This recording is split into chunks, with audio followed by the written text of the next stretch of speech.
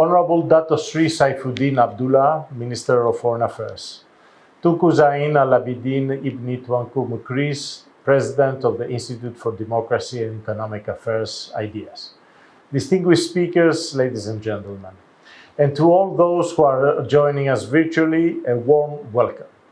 It is a great pleasure for me to be here to speak at the opening session of the final public webinar of the Promoting National Unity and Interracial Harmony project. First of all, let me congratulate IDEAS for organizing this important event and for the hard work for the past 24 months. The project has ensured extraordinary work despite facing challenges as a consequence of the global COVID-19 pandemic.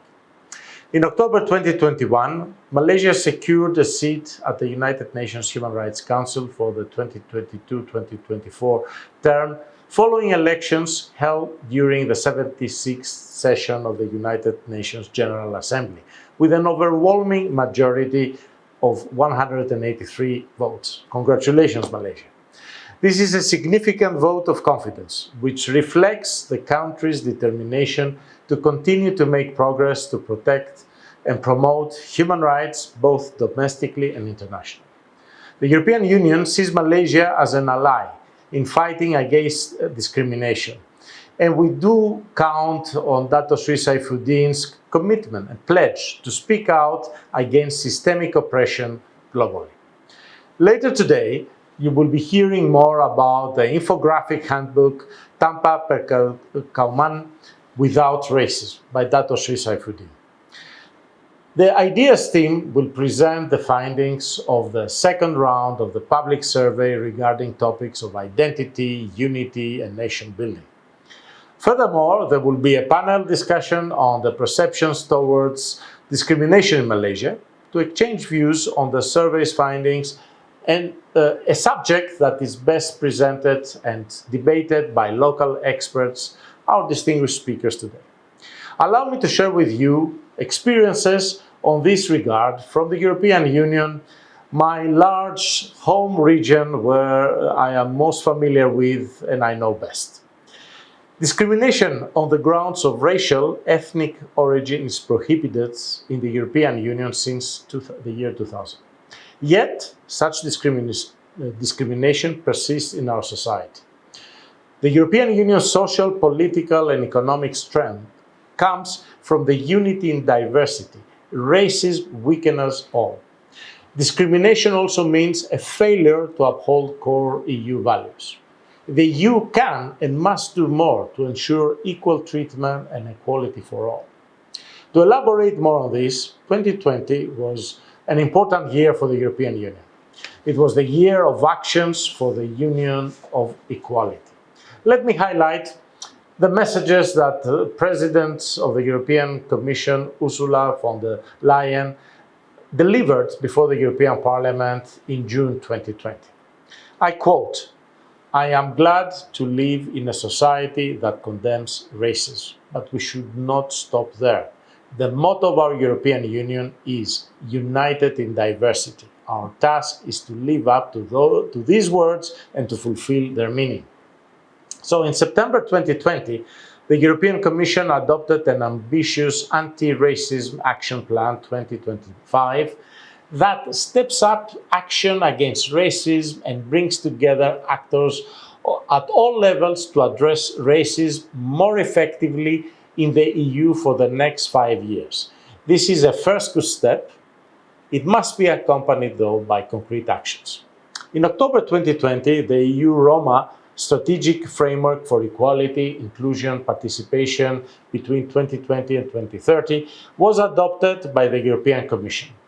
The framework sets a series of targets to be achieved by 2030 to promote inclusion in the 4 sectoral policy areas of education, employment, healthcare, housing for the Roma nomadic communities. Additionally, the EU Human Rights and Democracy Action Plan sets an enabling framework to work on protecting people, eliminating inequalities, discrimination, and exclusion with the ambition to make anti-racism a key feature of our dialogue and cooperation with partner countries. In June 2021, the European Commission again appointed Michalis, a former basketball player and official of the Finnish Justice Ministry, as its first anti-racism coordinator. What she does, she liaises with people with a minority, racial and ethnic background, reporting back to the European Union institutions.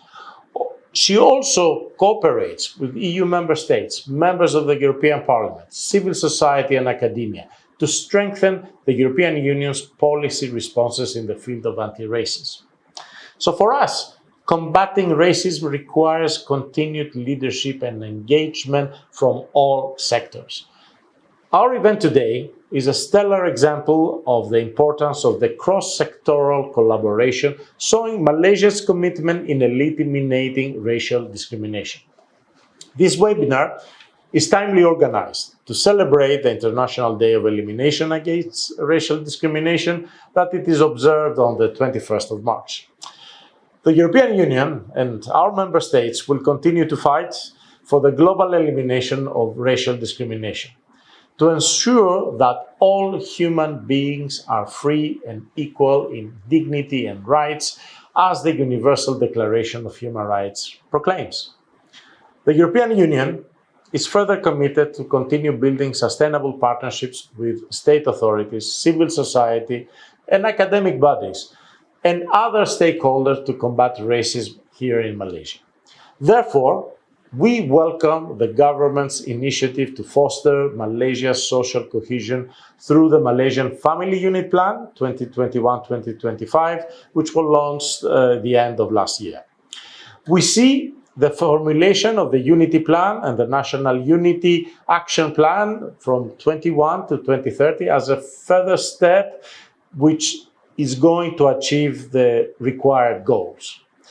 We are optimistic that these initiatives are a signal that the government is determined about tackling racial inequalities embedded in the society. So the EU, the European Union and Malaysia, we mirror each other in a sense that our foundations are built on diversity. Malaysia is well known for being a multi-ethnic and a multicultural country, and Malaysians should be encouraged to embrace the differences and learn to draw strength from them. So I'm very much looking forward to working with all of you in Malaysia, all walks of life, to make sure these principles and ideas become a concrete reality and that they are supported through the EU-Malaysia partnerships. So, thank you very much for inviting me for this event in order to provide a few words of different experience we have all gathered at the European Union. I wish you a very fruitful webinar. I'm very proud that the European Union has been able to support you in this endeavor. Terima kasih.